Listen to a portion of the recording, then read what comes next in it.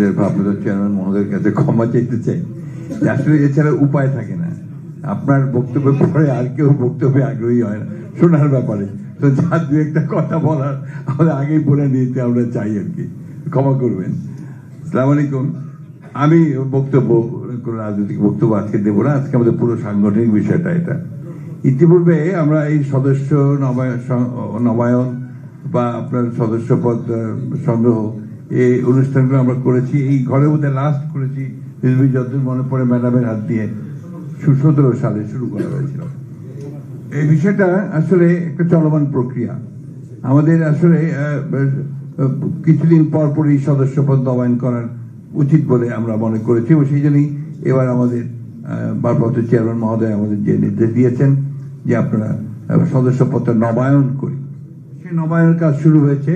এই কাজটা মূলত কিন্তু দপ্তরের কাজ, দপ্তর এবং জেলাগুলোর যে দপ্তর আছে সব মিলিয়ে সবাই এই কাজটা করবে, অর্থাৎ যারা সদস্য আছেন তারাই তাদের সদস্য পদ আবার নবায়ন করবেন।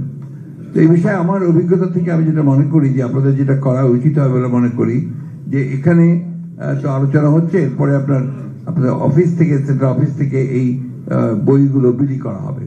বইগুলো প্রত্যেকটা জেলায় যেতে হবে এবং প্রত্যেকটা জেলা থেকে আবার উপজেলা যাবে, উপজেলা থেকে কিন্তু আবার ইউনিয়নে যাবে, ইউনিয়ন থেকে আবার ওয়ার্ডে যাবে। এটাকে নিশ্চিত করতে হবে আমাদের সাংগঠনিক যে টিম আছে, আমাদের সাংগঠনিক সম্পাদক, সহসাংগঠনিক সম্পাদক, তাদেরকে এই কাজটাকে নিশ্চিত করতে হবে। এবং এটা যদি করা যায় খুবই আমরা অল্প 1 মাসের মধ্যে আমরা একেবারে তৃণমূলে পৌঁছে যেতে পারবো। কিন্তু এই বিষয়ে যেটা সবচেয়ে বেশি প্রয়োজন, আমাদের যারা সদস্য তারা যদি না জানেন যে আপনার সদস্য হচ্ছে, তাহলে তারা আগ্রহী হবে না। আমি আমার অভিজ্ঞতা থেকে বলি, যদি শুনতে আপনাদের ভালো লাগবে না, এর আগে যেটা হয়েছে অতীতে, বিশেষ করে গতবার আমাদের যারা আগ্রহী এমপি পদপ্রার্থী তারা সবগুলো কিনে নিয়ে চলে গেছেন, বা বেশিরভাগ কিনে নিয়েছেন, ঠিক কিনা? এই জিনিসটা খেয়াল রাখতে হবে যে এটা যেন সাংগঠনিক ভাবেই যায়, শুধুমাত্র আপনার আমাদের যারা এমপি পদপ্রার্থী তারাই যেন এটা না নিয়ে চলে যায়। এটা একটা বিষয় আছে যেটা আপনারা লক্ষ্য রাখতে হবে। আপনাদের যারা সাংগঠনিক সম্পাদক আছেন এবং দপ্তরের দায়িত্বে আমরা যারা আছি তাদেরকে রাখতে হবে। এই আমি যে কথাগুলো এখানে আলোচনা হয়েছে, সেই আলোচনার মধ্যে আমি মনে করি যে যথেষ্ট এই বিষয়গুলির কথা বলা হয়ে গেছে ইতিমধ্যে। আমি একটা জিনিস আপনাদেরকে যেটা বারবার বলতে চাই, যে আমাদের আসলে প্রশিক্ষণের প্রয়োজন আছে খুব বেশি। আমাদের নেতা কর্মীরা আমরা কেন জানি না আমরা রাজনীতি থেকে দূরে সরে যাচ্ছি। আপনি দেখবেন গতকালই দেখেন আমাদের প্রতিষ্ঠাতা শহীদ প্রেসিডেন্ট রহমান সাহেবের জন্মদিবস পালন হলো, তাই না? এখানে আমাদের যে কর্মীরা আসে স্লোগান নিয়ে, একটা পতাকা নিয়ে আসে, সাধারণত ভাইদের পিছনে আসে, এসে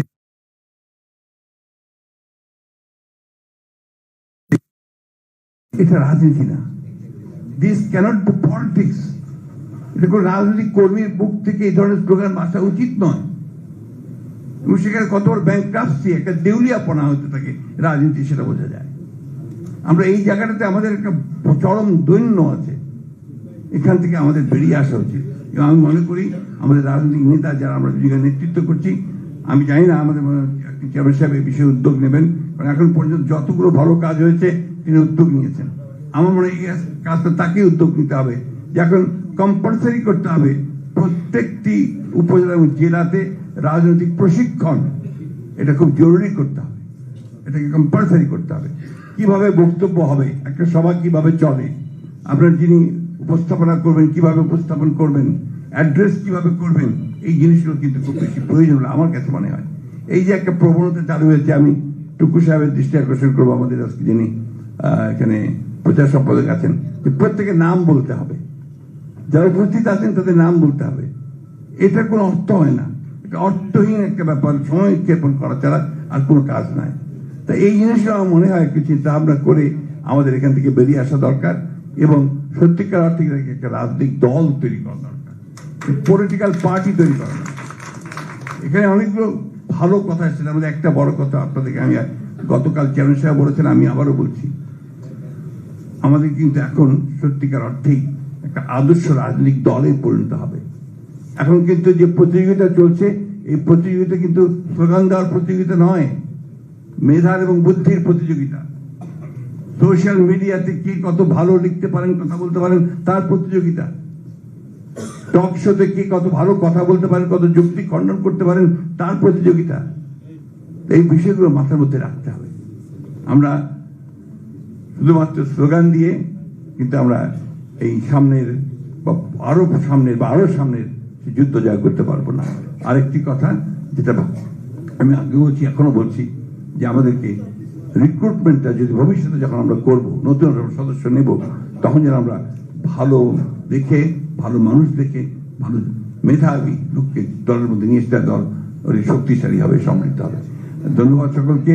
আমি বক্তব্য পারবো না আজকে, যেহেতু আমার সভাপতির দায়িত্ব পালন করছি, সেই জন্য মিল্লাত সাহেবকে একটা ধন্যবাদ অবশ্যই দেব, যে তিনি এটা একটা উদ্যোগ নিয়ে এই কাজটা শুরু করার চেষ্টা করেছেন।